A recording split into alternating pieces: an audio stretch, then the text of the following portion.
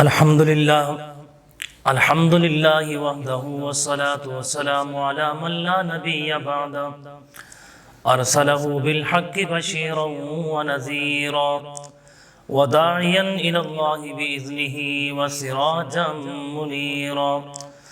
أما بعد فأعوذ بالله من الشيطان الرجيم بسم الله الرحمن الرحيم يا أيها الذين آمنوا كتب عليكم الصيام كما كتب على الذين من قبلكم لعلكم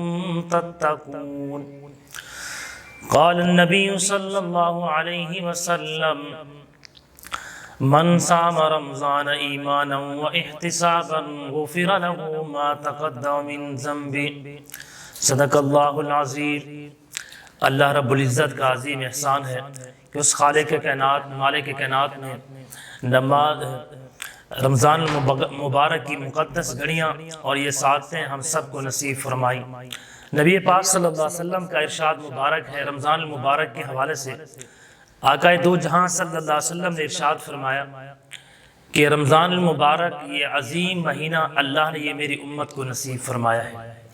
اور اس کی بڑی فضیلتیں آپ صلی اللہ علیہ وسلم نے بیان فرمائی ہیں رمضان المبارک کی۔ فرمایا کہ روزہ دار کا اٹھنا بھی عبادت، روزہ دار کا سونا بھی عبادت، روزہ دار کا کام کرنا بھی عبادت ہے جب وہ روزے کی حالت میں ہو۔ اور اسی طرح فرمایا کہ رمضان المبارک کے مقدس مہینے میں روزہ دار کی ہر دعا اللہ کی بارگاہ کے اندر قبول ہوتی ہے۔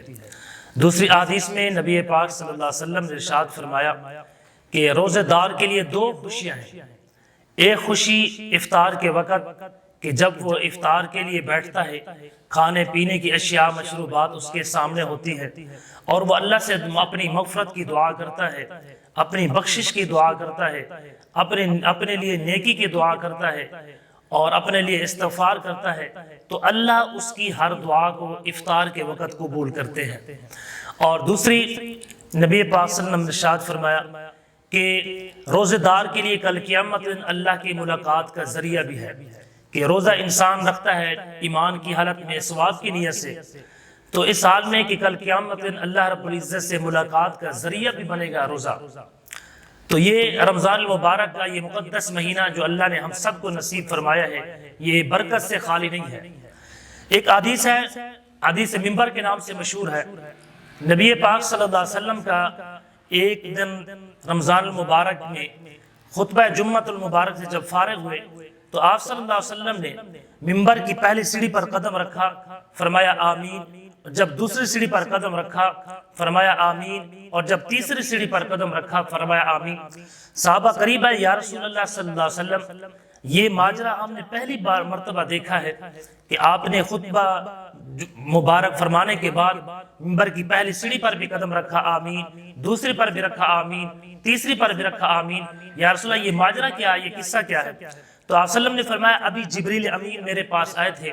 اور فرمایا کہ یہ رمضان المبارک کا جو مقدس مہینہ ہے، یہ مطہر پاکیزہ مہینہ ہے، اللہ نے جو آپ کو اور آپ کے واسطے سے امت کو عطا فرمایا ہے،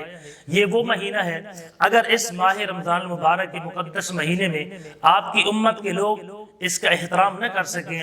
روزے نہ رکھ سکیں اور روزے رکھنے کی وجہ سے اللہ رب العزت سے اپنی معافی طلب نہ کر سکیں، اپنے لیے استغفار نہ کر سکیں، اللہ سے اپنی بخشش مغفرت نہ کرا سکیں، تو ایسے لوگوں کے لیے ہلاکت و بربادی ہے۔ میں نے کہا آمین۔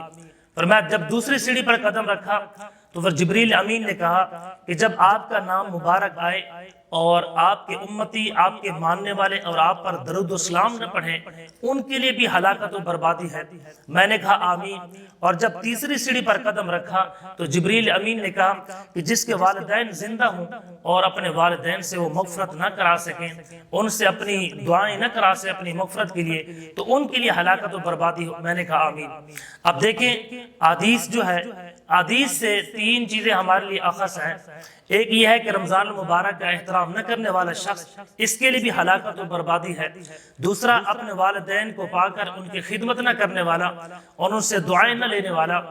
ان سے احسان نہ کرنے والا، ایسے شخص کے لیے ہلاکت و بربادی ہے۔ اور تیسری چیز کہ نبی پاک صلی اللہ علیہ وسلم کا نام مبارک آئے اور اس پر انسان درود و سلام نہ پڑھے، اس کے لیے بھی ہلاکت و بربادی ہو۔ یہ نبی تو ہمارے لیے اسوہ حسنہ ہے، اس نبی پاک صلی اللہ علیہ وسلم کا ہمارے اوپر احسان ہے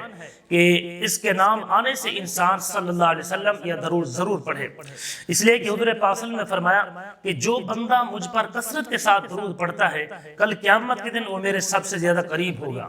فرمایا جو بندہ مجھ پر درود پڑھتا ہے کل قیامت کے دن میری شفاعت اس پر واجب ہو جائے گی۔ فرمایا کہ جو بندہ مجھ پر درود پڑھتا ہے میں اپنے ہاتھوں سے اس کو حوض کوثر کا جام پلاؤں گا۔ تو کتنی بڑی سعادت کی بات ہے کہ جب نبی پاک صلی اللہ علیہ وسلم کا نام مبارک آئے اور نام مبارک آنے پر انسان صلی اللہ علیہ وسلم ضرور پڑھے۔ دوسری حدیث میں ہے کہ نبی پاک صلی اللہ علیہ وسلم نے ارشاد فرمایا والبخیل من الذی ذکرت عنده ولم یصلی علی،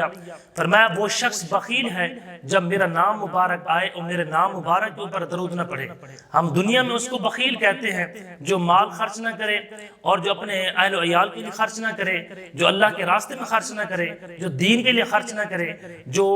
سائل کو کچھ نہ دے، ہم اس کو تو بخیل کہتے ہیں۔ لیکن رحمت کونین صلی اللہ علیہ وسلم نے اس شخص کو بھی بخیل کہا ہے کہ جب آپ صلی اللہ علیہ وسلم کا نام مبارک آئے اور آپ صلی اللہ علیہ وسلم کے نام مبارک کے اوپر انسان صلی اللہ علیہ وسلم نہ پڑھے یا پورا درود نہ پڑھے، فرمایا اس شخص کے لیے ہلاکت و بربادی ہو۔ تو دیکھیں اس ماہ رمضان المبارک میں اس ماہ رمضان المبارک کا احترام نہ کرنے والے شخص کے لیے نبی پاک صلی اللہ علیہ وسلم نے بڑی وعیدیں فرمائی ہیں اور اللہ رب العزت کی ذات کی طرف سے بھی بڑی وعید ہے۔ ایک بات، دوسری بات یہ ہے کہ نبی پاک صلی اللہ علیہ وسلم نے ارشاد فرمایا کہ یہ ماہ رمضان المبارک کا مقدس مہینہ جب یہ مہینہ آئے انسان کو دن کو روزہ رکھے اور رات کو قیام کرے،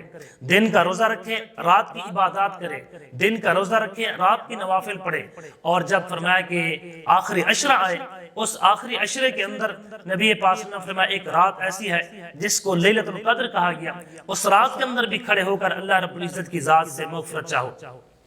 فرمایا جتنی رمضان المبارک کے مقدس مہینے کے اندر جتنی راتیں ہیں ہر رات کے اندر اللہ رب العزت کی ذات اتنے ہزار لوگوں کی مغفرت کا اعلان کرتے ہیں، اور جب رمضان المبارک کی آخری رات آتی ہے تو اللہ اتنے ہی لوگوں کی مغفرت اعلان کرتے ہیں جتنا 30 راتوں کے اندر ہوا۔ تو یہ سعادت اللہ تبارک و تعالی نے ہم سب کو نصیب فرمائی ہے کہ رمضان المبارک کے دن کے روزے بھی رکھنے ہیں، رات کی عبادات بھی کرنی ہے اور قرآن کریم کی تلاوت بھی کرنی ہے۔ حضور پاک صلی اللہ علیہ وسلم نے ارشاد فرمایا اقرأوا القرآن فإنه يأتي يوم القيامة شفيعا لأصحابه، فرمایا قرآن کریم کی تلاوت کیا کرو اس لیے کہ قرآن کریم اپنے پڑھنے والے کے لیے سفارش کرے گا کل قیامت کے دن۔ کہا جائے گا، قرآن کہے گا اللہ کی بارگاہ کے اندر اے اللہ یہ شخص تو مجھے پڑھنے والا تھا، میری تلاوت کرنے والا تھا، مجھے اس ترجمے کے ساتھ سمجھ کر پڑھنے والا تھا، میری بڑی لہن کے ساتھ پڑھنے والا تھا، تجوید کے ساتھ پڑھنے والا تھا، خشوع خضوع کے ساتھ پڑھنے والا تھا، اے اللہ میں آج اس کی سفارش کرتا ہوں، میری سفارش قبول فرمائی۔ تو اللہ تبارک و تعالیٰ قرآن کی دعا قبول فرمائیں گے اور اس شخص کی مغفرت کا اعلان کریں گے۔ اسی طرح نبی پاک صلی اللہ علیہ وسلم نے فرمایا روزہ بھی اپنے روزے دار کے لیے سفارشی بنے گا کل قیامت کے دن۔ روزہ بھی اللہ کی بارگاہ میں کہے گا اے اللہ میں نے اس کو کھانے سے روکا تھا، پینے سے روکا تھا، خواہشات سے روکا تھا، نفسیات سے روکا تھا، اللہ ہر اس کام سے روکا تھا، تو یہ میرے روکنے کی وجہ سے یہ رک گیا ہر چیز سے، تو اللہ میں بھی آج اس کی سفارش کرتا ہوں، میری بھی سفارش قبول فرمائے۔ تو اللہ تبارک و تعالی روزے کی بھی اللہ کی بارگاہ کے اندر دعا قبول ہوگی اور روزہ اپنے روزدار کی مغفرت کا اعلان کرائے گا اللہ تبارک و تعالی کی ذات سے۔ تو دیکھیں قرآن کی تلاوت بھی ہمارے لیے باعث رحمت ہے، روزہ بھی ہمارے لیے باعث رحمت ہے، نبی پاک صلی اللہ علیہ وسلم کی ذات بھی باعث رحمت ہے۔ تو میں اکثر کہا کرتا ہوں اللہ رب العزت نے انبیاء میں سے نبی پاک صلی اللہ علیہ وسلم کی ذات رحمت والی ہم سب کو نصیب فرمائی، اور پوری کتابوں میں سے اللہ رب العزت نے رحمت والی کتاب قرآن مقدس بھی ہم سب کو نصیب فرمایا، اور تمام امت کے اوپر روزے فرض تھے لیکن رمضان المبارک کے مقدس مہینہ اللہ رب العزت نے یہ ہم سب کو نصیب فرمایا ہے۔ یہ رحمت والا مہینہ بھی اللہ رب العزت نے ہم سب کو نصیب فرمایا ہے کہ جس کی ایک ایک گھڑی رحمت سے خالی نہیں ہے، ایک ایک گھڑی برکت سے خالی نہیں ہے۔ جب انسان روزے کی حالت میں ہو، سو رہا ہو تب بھی عبادت ہے، اور اٹھتا بیٹھتا ہو تب بھی عبادت ہے، کام کر رہا ہے تب بھی عبادت ہے، اور اس کی تو ہر وقت مغفرت ہوتی ہے۔ بلکہ حدیث پاک میں آئے نبی پاک صلی اللہ علیہ وسلم نے ارشاد فرمایا